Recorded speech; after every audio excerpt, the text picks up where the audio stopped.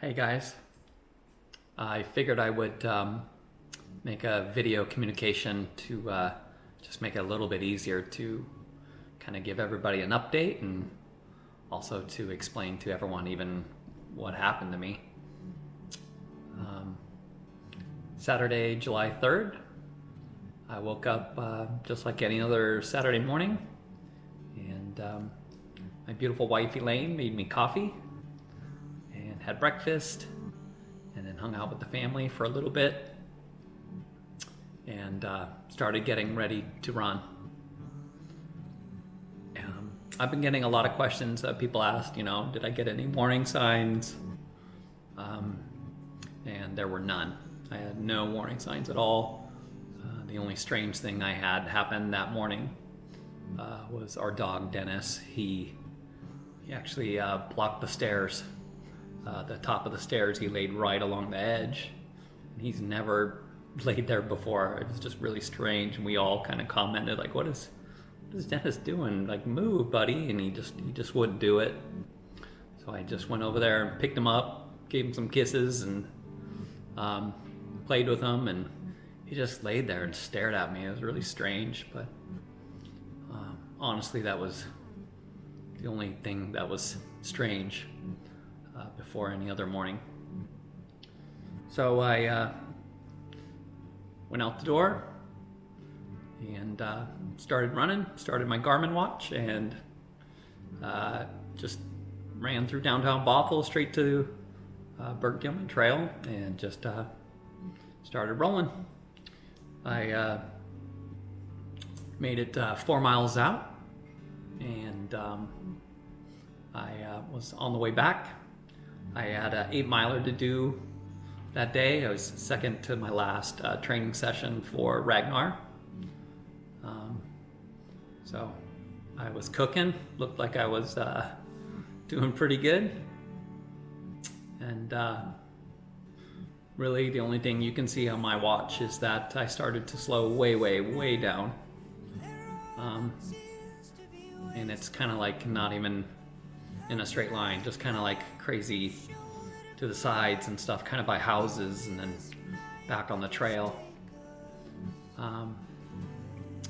But only thing I remember is that I knew I was in trouble, and the only person I could see in sight was a bicyclist who was in the opposite lane,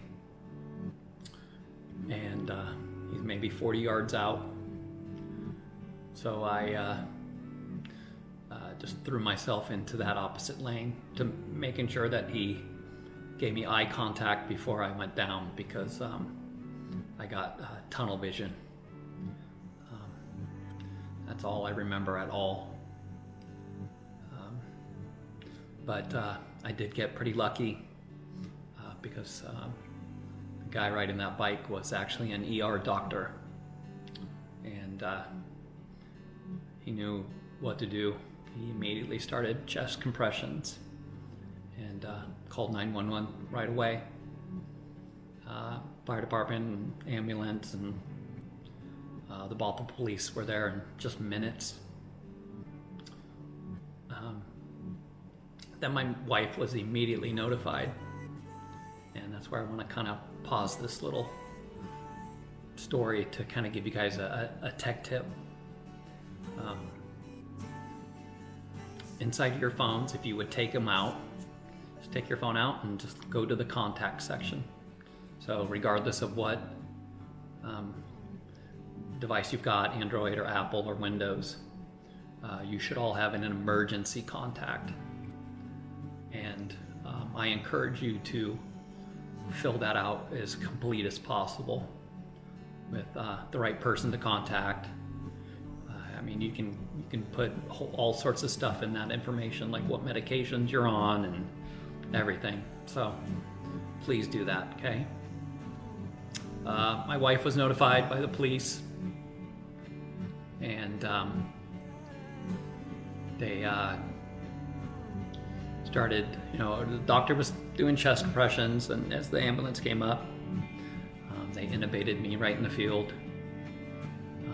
And I actually received 2 shocks to the chest to get my heart back in rhythm, and they took me to the hospital. Elaine actually beat the ambulance there, her and my son Ian, and they rushed me right in, and the doctors made them wait, and after a quick assessment, the cardiologist said that I would need 3 stents put in right away, and needed my wife's permission, and of course she granted that right away, and I went straight to surgery. So I've got 3 stents in. I'm still quite sore. I'm pretty much over the pneumonia. Still coughing up stuff here and there and get tired, and my arms are kind of healing, I think. My chest is quite sore from the chest compressions, but I'd take that any day over the alternative. The next morning, later on, the doctors woke me up and took me out of the coma, and my wife was able to see me wake up, which I know was quite scary for her, because she's never seen me down. In fact, that kind of brings up the point of, a lot of people have asked, like, how can this happen to you, Eric? And in fact, that was the immediate question that I asked the doctors. Like, how can this happen? Like, I'm fairly healthy. I don't eat a lot of red meat. I stay away from sugars, as most of you know. And I run all the time. I exercise, and I get a good night's sleep.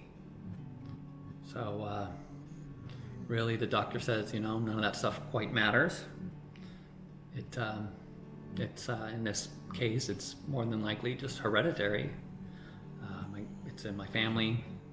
My twin brother had some issues with his heart quite a while back, and my grandfather actually had a lot of heart issues. In fact, he had his first heart attack when he was 40, and his second when he was 50, which I am 50. So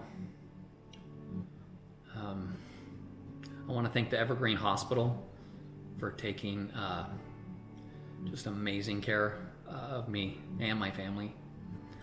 The doctors, the nurses, just every single person I came into contact just gave me stellar help, and they are humane about it, and they just did an incredible job. I have to thank my daughter Emma. When my phone came back on, I had over 385 text messages from all of you guys checking in on me. So she replied back. I told her what to say, and so she would help with some of those, and also she helped with my social media, which things I'm supposed to stay away from for a little bit. I won't know anything else really until Wednesday. That's my cardiologist appointment. So Wednesday morning I finally get to go back and see him, and I have to take it from there. But I want to thank you guys all for all the cards and the fruit baskets and the flowers and the little gifts and things you guys are doing, and John Hunter for setting up a GoFundMe for the family for extra costs of what the medical costs will be, and for Lennox and Phil and Lauren standing outside my hospital at 8 o'clock at night, even though they weren't allowed in. They stood out there and just prayed for me, stuff like that. It's just incredible and heartfelt. So this is me signing off. I just want to say I love you guys all, and for my brokers, you guys need to keep working. You need to keep working hard. as if I'm right there next to you.